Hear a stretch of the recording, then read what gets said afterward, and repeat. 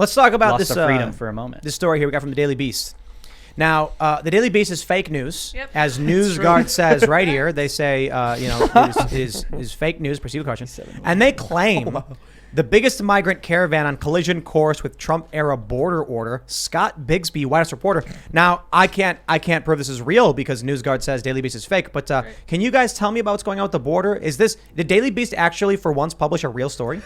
So, I mean, what I could say about the caravan, I'm speaking with some sources in Mexico. So the caravan right now is between 10,000 to 15,000 people. Now, the reason why we always see caravans and kind of rolling in the kind of these mass groups is because they're technically not allowed to travel legally through Mexico. So that's why they kind of go together like that. They could overpower authorities.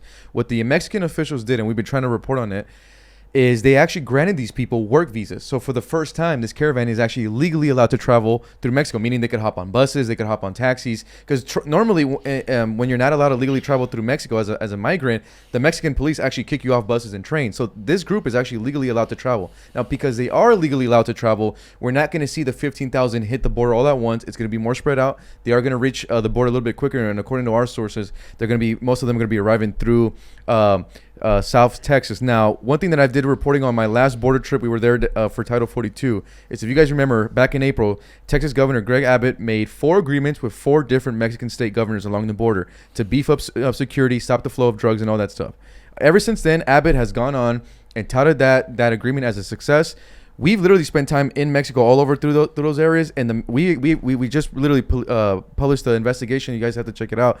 But we exposed that the Mexican authorities don't even do anything. I mean, we were literally jumping in the water with the migrants, crossing in with them, and everything. And we were embedded with these groups, and the Mexican authorities don't even listen to any of Abbott's orders. The only day that the Mexican officials set up authorities on the riverbanks and stop migration is when Governor Greg Abbott visited Eagle Pass. So then the Mexican security set it up in Piedras Negras right across, and they put up a little show for Greg Abbott. But after that, they don't even listen to the United States. President Amo didn't even attend the Summit of Americas in Los Angeles. President of El Salvador, Nayib Bukele, President of Guatemala and Honduras have been very upset with Vice President Kamala Harris and her handling of the border crisis because Nayib Bukele, the president of El Salvador, says, my goal is to keep Salvadorians in El Salvador, but when you guys do the open border policy, well, the human smugglers are going to take over. So you have 4 presidents that are very key in this migration debate who didn't even attend the Summit of Americas. I think that's a huge loss, foreign policy for the Biden administration. It's creating a lot of brain drain. And a lot of people don't realize that this immigration debate is far more complex than, hey, just people want to come over here. There's a lot of other economic effects, especially when it comes to cheapening labor, especially when it comes to housing costs going up, especially with the increase of immigration,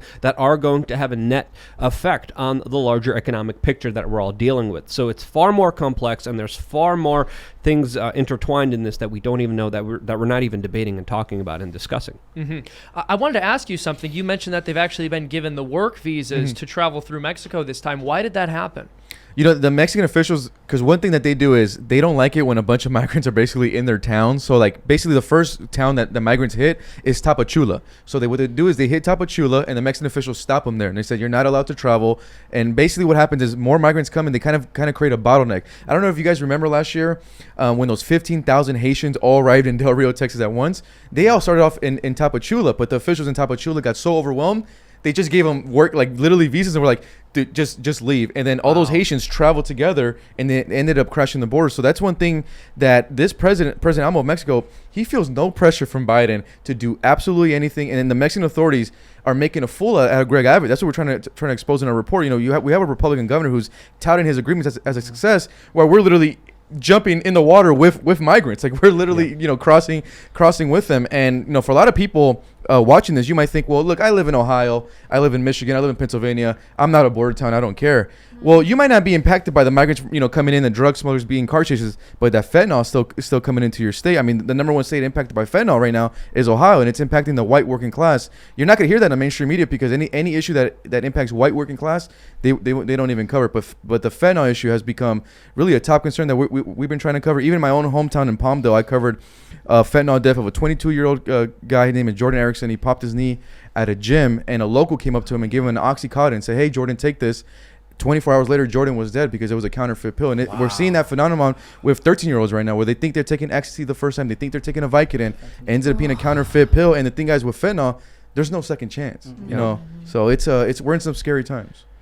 Absolutely. There's also a big Haitian community in Tijuana because there's been a lot of mass migration that was happening in that town. And in that town, the locals don't like having to deal with this influx of people. I remember doing reporting on the ground in Tijuana and seeing these kind of man-made camps that they were building that were unsafe. Look, have you seen unsanitary. those Make Tijuana Great Again? Yes, Yeah, I was Mexicans there. work down there too. Yes. There was rallies. There was rallies specifically in Tijuana calling for better immigration laws because we're seeing victims. The victims are the people who are told come across everything's going to be great. Corporations are taking advantage of a lot of this cheap labor that they're extorting and exploiting, especially when it comes to new people coming into this country. So this thing is far more complicated than we even allow it to be. And I just want to mention understood. And then people are also being flown in and bussed in all over the United States, not just on the border towns. I just want to mention this quick detail because it's important for the audience to know. On the last trip that me and Drew actually did in Yuma together, we were reporting. We were running into massive groups around 3 a.m. crossing in, right? Hundreds and hundreds and hundreds.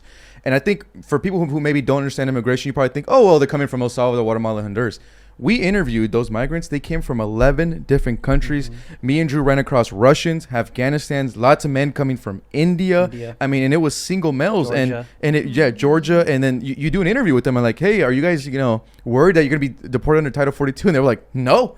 Not in this administration. We're welcome. And even the Border Patrol, their morale is low because they don't even guard the border anymore. Now immigrants, I mean, if you guys ever go down to the border, it's fascinating. Immigrants cross the border and look for the Border Patrol. I mean, back in the day, immigrants cross the border and you want to evade Border Patrol. They look for the Border Patrol because they want to be apprehended and they know they're going to get released in the United States. I had one Border Patrol agent tell me, said, Jorge, I don't even feel like a Border Patrol agent. I'm just an Uber driver right now. They're literally an Uber service. I mean, what's interesting too, to go to Luke's point, is I talked to some of these Mexicans down there, right? Because they'll be there on the border on the other side.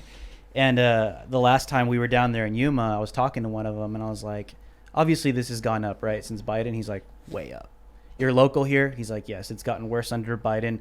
And I was like, how do the Mexicans feel about illegal immigration? Like Mexicans, right? He's like, we hate it. We hate these people coming in because it activates the cartels. They're dirty.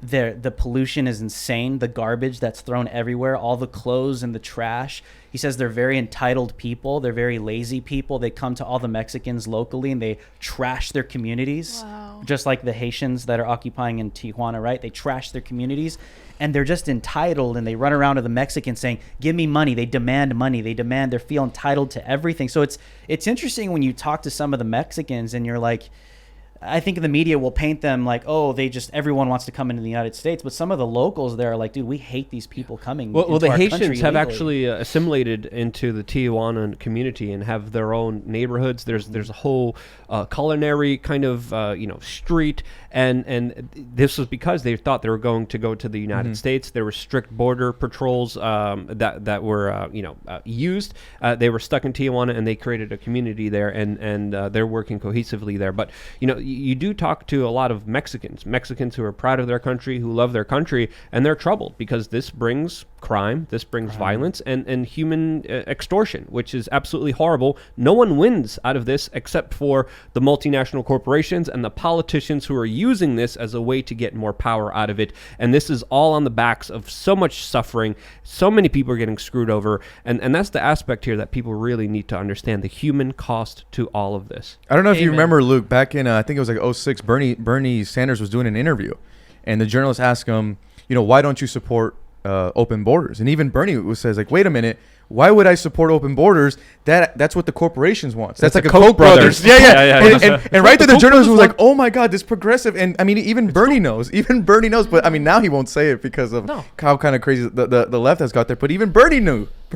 The Koch brothers are doing this to us. Yeah. But and we see this all the time. We see this all the time with the left in the United States. And we've talked about it when it comes to women's liberation, for example. They'll say, we are just bleeding heart people who have everyone's best interests in mind, and that's why we want to make changes to the social order. It's like, okay, well then women enter the workforce en masse and wages stagnate because you've doubled the workforce. And then they go, well, we just want to bring more people into our country because they're all asylum seekers and we want to improve their lives. Oh my goodness. Also, it happens to be the case that the neoliberal elite is going to make an insane profit off of all of these people coming to the country who are used to third world wages. And those are going to be the folks competing with your average American for labor and for jobs. And give them bigot. citizenship. You're such and a I'm a bigot. bigot. I know. I'm an unbelievably horrid person.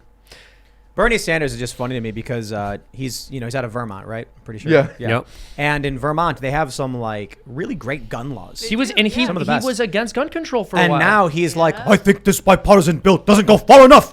We need more gun control. And I'm like, Bernie, what happened? Isn't Lockheed Martin have a major factory in Vermont? I think it's Lockheed. I have to double check that.